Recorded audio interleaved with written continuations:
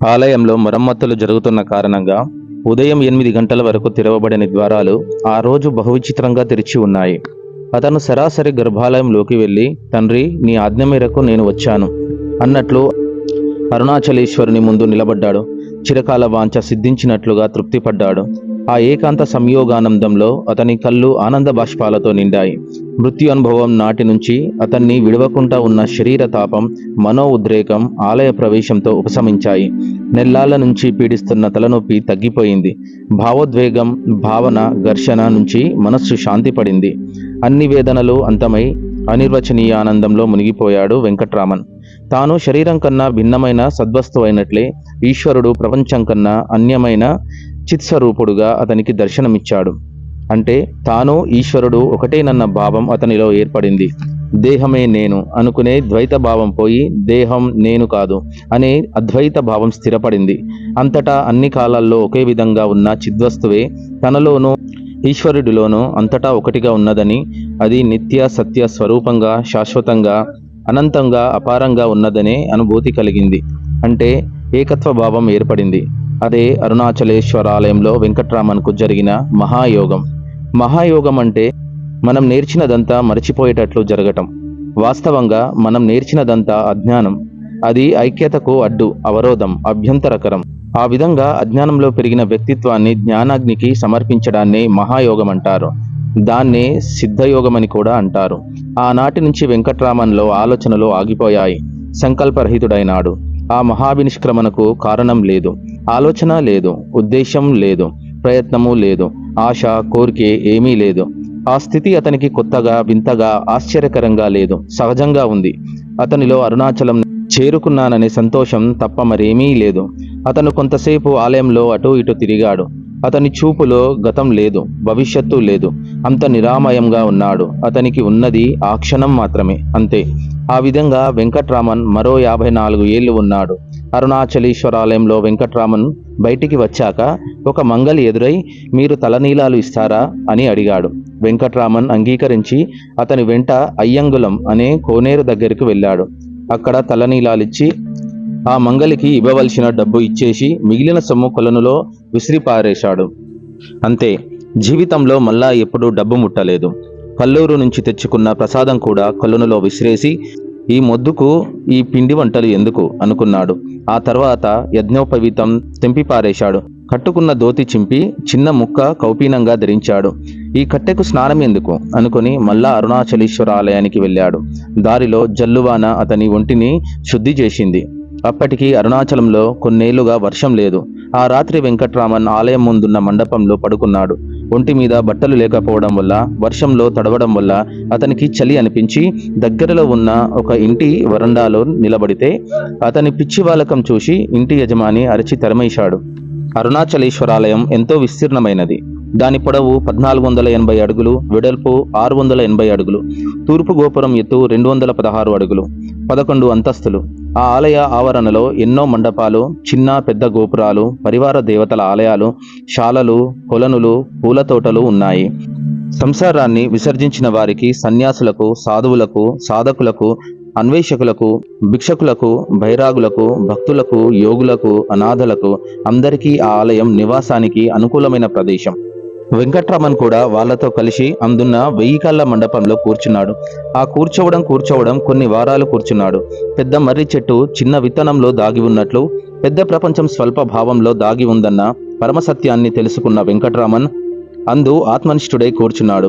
ఆ జగత్ సత్యమే గురువై అతనికి మహోపదేశం చేసింది. అందుకే అతనికి ఏనాడు ప్రపంచంపై ఆసక్తి లేదు. అతనికి బాహ్యాంతర జీవితం అంటూ విడివిడిగా లేదు. ఉన్నది ఒకటే జీవనవాహిని. అది నిత్య చైతన్య స్రవంతి. అది సూర్యకాంతి వలె అన్ని దిక్కులకు సమంగా ప్రసరించింది. ఆ స్థితిలో వెంకట్రామన్ చివరి వరకు ఉన్నాడు. అతని ప్రతిభ, ప్రజ్ఞ, ప్రభావం మధ్యాహ్న సూర్యకాంతి వలె అన్ని దిక్కులకు విస్తరించి ప్రపంచాన్ని ఆశ్చర్యపరిచి, ప్రజల్ని ఆకర్షించి, ఆనందపరిచింది. ఆనాటి తన విషయం గురించి భగవాన్ ఇట్లా చెప్పారు: నేనెప్పుడూ ఎటువంటి సాధన చెయ్యలేదు. కనీసం సాధన అంటే ఏమిటో కూడా నాకు తెలియదు. నాకు అన్యంగా, భిన్నంగా ఒకటి ఉండి ఉంటే దాన్ని పొందాలని, తెలుసుకోవాలని, ఆ లక్ష్యమేదో చేరుకోవాలనే ఆశ, ప్రయత్నం ఏమైనా నాలో ఉండి ఉంటే నేను దాని గురించి యోచించేవాడినేమో. నాకు ఏదైనా లక్ష్యమంటూ ఉంటే దాన్ని సాధించేందుకు సాధన చేసేవాడినేమో. దేన్ని పొందేందుకు నాకు ఆనాడు ఏ ఆశ లేదు. ఇప్పుడైతే కళ్ళు తెరిచి కూర్చుంటున్నాను, కానీ ఆ రోజుల్లో ఊరికే కళ్ళు మూసుకొని కూర్చునేవాడిని. కళ్ళు తెరవడం కష్టంగా ఉండేది. రాత్రికి పగలుకు తేడా కూడా తెలిసేది కాదు నాకు. ప్రపంచం పట్టేది కాదు. దేహస్ఫురణ ఉండేది కాదు. వెంకట్రామన్ తిరుమన్నామలై వచ్చిన మర్నాడు 1000 కళ్ళ మండపంలో తిరుగుతూ ఉండగా ఒక మౌనస్వామి వెంకట్రామన్ చూసి జాలిపడి కొంచెం అన్నం తెప్పించి పెట్టారు. అది భిక్షాన్నం. అప్పుడు బియ్యం అన్నం. అన్నంలో కొంచెం ఉప్పు, పుల్లటి నీళ్లు పోసుకొని తిన్నాడు. నుంజుకునేందుకు ఊరగాయ ముక్క ఉంది. అదే అతని మొదటి భిక్ష. ఆ తర్వాత వెంకట్రామన్ అరుణాచలేశ్వర ఆలయంలో ఉన్న పెద్ద విప్ప చెట్టు కింద కూర్చున్నాడు. ఆ ఆలయంలో నాట్యం చేసే 20 ఏళ్ల దేవదాసి రత్తమ్మ వెంకట్రామన్ని చూసి భక్తిభావం కలిగి ఇంటికి వెళ్ళి తల్లితో చెప్పి అన్నం తీసుకొచ్చి అతని నోట్లో బలవంతంగా పెట్టింది. ఆ తర్వాత అతనికి రోజు ఆ విధంగా అన్నం పెట్టాలనుకుంది. కానీ ఎవరో ఒకరు సహాయం లేనిది అంత మనిషిని కదిపి అన్నం తినిపించడం ఆమెకు సాధ్యం కాలేదు. చివరికి ఏదో విధంగా ఆమె అతనికి అన్నం పెట్టేది. అతను తరచూ స్థలాలు మారడం వల్ల, ఇతరుల సహాయం కావలసి రావడం వల్ల ఆమె అతనికి అన్నం పెట్టడం కుదరలేదు. కానీ క్రమంగా రత్తమ్మ కులవృత్తి మానేసి ఒకరితోనే ఉండి తర్వాత పెళ్లి చేసుకుని జీవితంలో స్థిరపడింది. వెంకట్రామన్ చాలా వరకు కళ్ళు మూసుకునే ఉండేవాడు. చూసిన వారికి అతనేదో తీవ్ర సాధన చేస్తున్నాడు అనుకునేవారు. గొప్ప సాధన చేస్తే బయట నుంచి తమలోకి ఏదో వచ్చి పడుతుందనుకుంటారు కొందరు. అది వట్టి భ్రమ.